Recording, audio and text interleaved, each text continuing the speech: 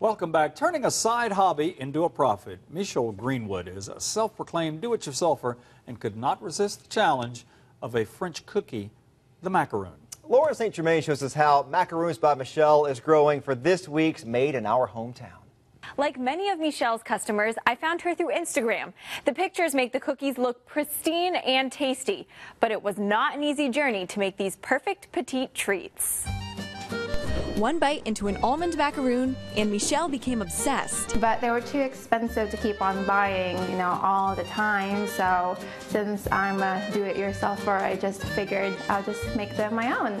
One problem: macaroons have a reputation for being finicky and extremely difficult to perfect. And so the process of creating her own recipe began. After 4 or 5 recipes, months of crying, because they're really hard to make. Michelle's recipe is her own, created from YouTube, blogs, and a lot of trial and error. 2 years later, this is her 3rd version of the 5th recipe.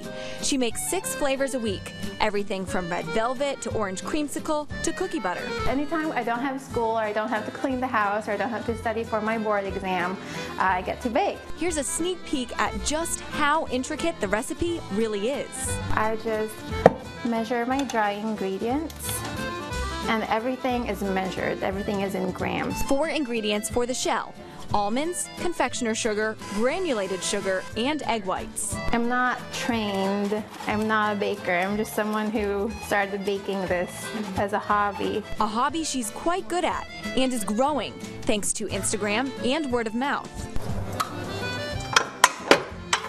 Next up, making the meringue with egg whites. And then I just wait for it to get frothy, and then I add the sugar.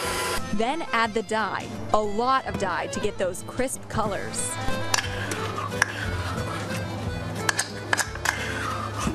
Once it's just the right consistency, she pipes, flattens to get rid of all the air bubbles, and decorates. I remember crying over a batch of cookies that were so lumpy, and then I burnt it. These cookies need to dry first, then cook in the oven, another time-consuming process. So Michelle pulls out a batch she worked on earlier, adding caramel in the middle for salted caramel. Now the cookie matures in the fridge overnight, and ta-da!